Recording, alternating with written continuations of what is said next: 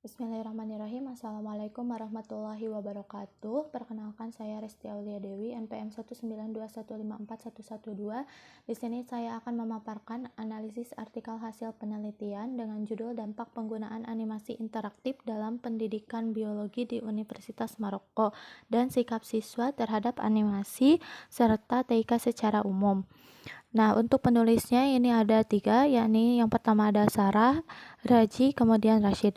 Nah, untuk nama jurnalnya ini Ilmu Sosial dan Humaniora Terbuka dalam volume 6 edisi ke-1 dengan nomor EISSN 25902911, terindeksasi jurnal Science Direct dengan perusahaan Elsevier. Riwayat artikel diterima pada tanggal 7 April 2022, direvisi pada tanggal 11 Mei 2022, dan dipublikasi pada 12 Mei tahun 2022. Nah, kemudian untuk abstraknya, di sini pendahuluannya, biologi dapat dianggap sebagai mata pelajaran yang sulit dipelajari karena lompatan konseptual yang diperlukan untuk memahami topik biologi tertentu. Tetapi sekarang TIK memfasilitasi banyak hal untuk siswa dan guru, terutama di Maroko. Nah, kemudian untuk tujuan penelitian, untuk memastikan apakah animasi ini dapat digunakan untuk mendukung pengajaran biologi, dan kami mengambil sebagai contoh dalam modul biologi sel. Oke, untuk metodenya, ini metode eksperimen dengan populasi 2 kelompok kelas jurusan rekayasa biologi, yakni siswa analisis biologi dan biokimia. Untuk sampelnya di sini tidak terdapat keterangan yang mencantumkan secara jelas, begitupun dengan desain penelitian. Untuk hasilnya, hasil percobaan ini menunjukkan bahwa animasi dapat bermanfaat dan siswa merasa lebih terbantu untuk memahami mata pelajaran. Nah, untuk kata kuncinya di sini ada terdiri dari animasi, TIK, pendidikan, proses belajar mengajar, serta biologi. Oke, untuk pendahuluan. Nah, yang pertama dituliskan bahwa di Maroko beberapa tahun terakhir telah ditandai dengan meluasnya serbuan teknologi informasi dan komunikasi, atau bisa disingkat dengan TIK, dalam pedagogi universitas. Menurut Jenny, tahun 2000 adalah program yang dirancang untuk menggeneralisasi teknologi ini di semua struktur pendidikan tinggi. Tujuan utama dari adanya program ini secara khusus adalah untuk yang pertama, memperkuat pelatihan di bidang TIK, kemudian mendorong penggunaan TIK dalam pendidikan dan pelatihan, kemudian mendukung produksi konten pendidikan dan mengembangkan jasa digital, yang keempat, mempromosikan TIK dalam penelitian, dan yang terakhir, memperkuat struktur dan informasi dan infrastruktur yang ada. Nah, kemudian TIK ini memungkinkan pertukaran informasi serta pemrosesannya. Selain itu, TIK menawarkan sarana dan metode komunikasi baru. Nah, dalam pedagogi universitas, mereka memfasilitasi pemahaman, meningkatkan dan memperdalam pembelajaran, dan mempromosikan kolaborasi antara siswa dan guru. Namun, penulis lain, yakni menurut Collis dan Van der Wende, itu telah mengamati bahwa alat ini belum menghasilkan perubahan radikal dalam pengajaran yang diharapkan. Nah, kemudian poin selanjutnya, beberapa peneliti seperti Collis dan Van der Wende, kemudian Jamski serta Messi pada tahun 2004 berpendapat bahwa meskipun guru universitas secara teratur menggunakan alat teknologi untuk pengajaran mereka, mayoritas tetap enggan dan menolak integrasi alat teknologi sambil mempertahankan pedagogi transmisif dalam tindakan pengajaran mereka. Satu-satunya inovasi adalah penggunaan tayangan slide PowerPoint untuk presentasi mereka. Dengan metode ini, umumnya tidak ada komunikasi atau interaktivitas dalam kursus. Nah, kemudian poin selanjutnya, penelitian ini menyajikan kontribusi untuk mempelajari dampak TIK, animasi grafis interaktif antara lain pada keberhasilan pembelajaran konsep biologi tertentu. Tema yang dipilih adalah transmisi informasi genetik. Nah, studi ini difokuskan pada kelas tahun pertama pilihan diploma teknologi Universitas Teknik Biologi, yakni analisis biologis dan biokimia, di Universitas École Normale Supérieure atau NS Tetuan, Maroko.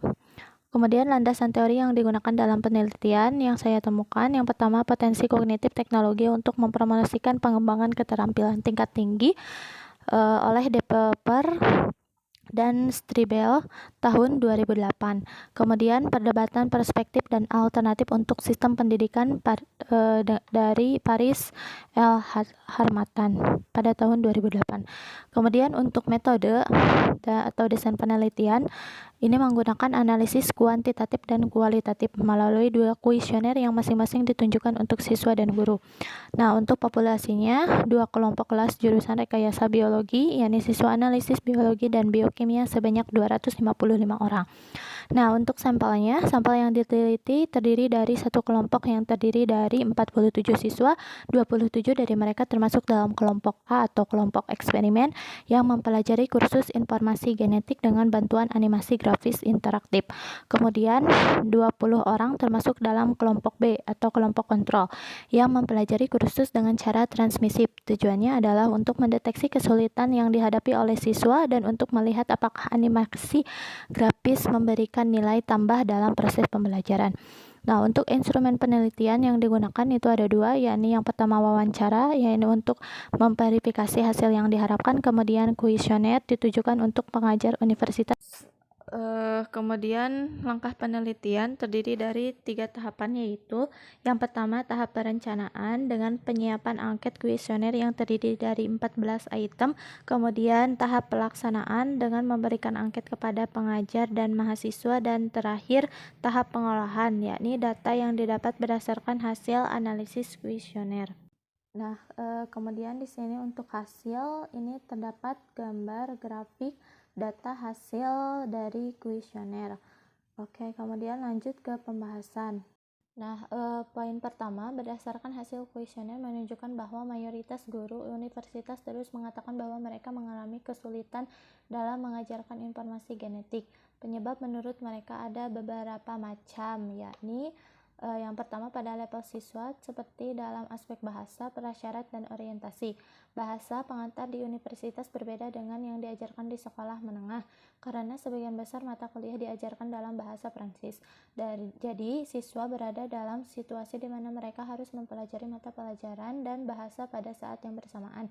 Selain itu, ketika menulis pengamatan dan penjelasan situasi dalam kursus, siswa tidak memiliki keterampilan yang diperlukan untuk menulis atau membuat catatan karena mereka mengalami masalah bahasa serta kurangnya terminologi dan kosakata. Kemudian, prasyarat siswa tidak memadai merupakan hambatan yang nyata yang membuat sebagian besar dari mereka tidak dapat mengikuti penjelasan guru.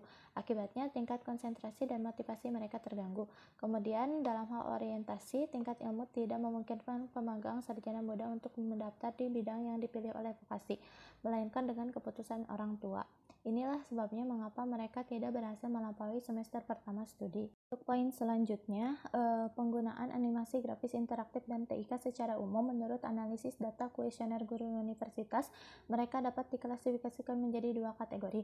Kategori pertama menyatakan bahwa alat-alat tersebut berperan sangat penting dalam proses belajar atau mengajar. Beberapa guru menemukan bahwa animasi dapat memperbaiki kekurangan linguistik di kalangan siswa.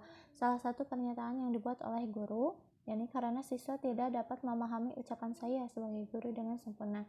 Animasi grafis interaktif bagi saya merupakan alternatif untuk mengisi kekurangan ini.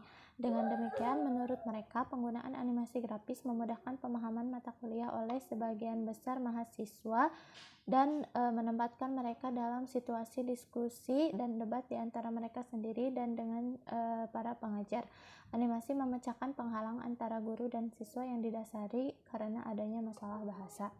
Oke, selanjutnya untuk di sini ada gambar berdasarkan hasil grafik data hasil kuesioner. Diketahui bahwa nilai tambah animasi grafis interaktif dalam pengajaran dan pembelajaran biologi pada umumnya dapat dilihat dari gambar 1. Penggunaan alat didaktik teknologi. Menurut mayoritas siswa menyatakan bahwa penggunaan alat penunjang teknologi berupa alat yang digunakan dapat meningkatkan pembelajaran, pendalaman, dan pemahaman mereka mata kuliah yang dipelajari di kelas. Perlu dicatat bahwa hasil selanjutnya konklusif dan bermanfaat menurut perkiraan sejumlah besar siswa yang menanggapi kuesioner dan mendukung proses ini dengan baik, yaitu sebesar 96,86% hingga 86,27%. Dengan demikian, 76,47% siswa menegaskan bahwa penggunaan teknologi informasi dan komunikasi meningkatkan kerjasama mereka dengan siswa lain. Sebaliknya, ada 62,75% sampai 82,35% siswa percaya bahwa animasi grafis mempercepat pembelajaran mereka. Nah, untuk kesimpulannya, hasil penelitian menunjukkan bahwa mahasiswa menghargai penggunaan materi berbasis komputer karena mereka mempromosikan pembelajaran dan mengatasi masalah yang mereka derita. Penelitian ini menegaskan kembali penelitian sebelumnya yang menunjukkan bahwa penggunaan teknologi dalam proses pendidikan dapat mengembangkan keingintahuan intelektual dan semangat inquiry pada kaum muda yang dianggap sangat penting dalam pelatihan siswa, selain untuk memeriksa motivasi dan sikap mereka terhadap komputer. Selanjutnya, untuk daftar pustaka, ini jumlah buku yang digunakan ada 5, dengan tahun penerbitan buku dari tahun 2010 sampai 1996, dengan jumlah artikel yang digunakan sebanyak 6, dan tahun publikasi artikel dari 2021 hingga 1998. Untuk kelebihan, ini yang pertama, dalam jurnal artikel tersebut, judul naskah telah diikuti dengan nama-nama penulis, afiliasi, serta alamat institusi, ditulis secara lengkap tanpa salah ketik. Kemudian yang kedua, judul artikel ini yang menarik, ditulis secara singkat, mampu menggambarkan keseluruhan isi artikel. Dan yang ketiga, pada bagian pendahuluan sudah menampilkan kesenjangan antara teori penelitian terdahulu dengan keadaan saat ini atau keadaan yang diharapkan. Nah, selanjutnya untuk kelemahan dalam penelitian ini, yang pertama, dalam abstrak ada beberapa aspek yang tidak ditulis secara jelas, seperti dalam hal metode penelitian yang tidak mengungkapkan sampel serta desain penelitian. Kemudian dalam bagian metode penelitian tidak memaparkan secara jelas mengenai langkah penelitian dan teknik analisis data. Yang ketiga, tidak menyatakan secara jelas langkah tahapan perencanaan penelitian. Dan yang terakhir, referensi yang digunakan kebanyakan bukan referensi yang terbaru atau dalam 5 tahun terakhir. Mungkin sekian pemaparan dari saya. Wassalamualaikum warahmatullahi wabarakatuh.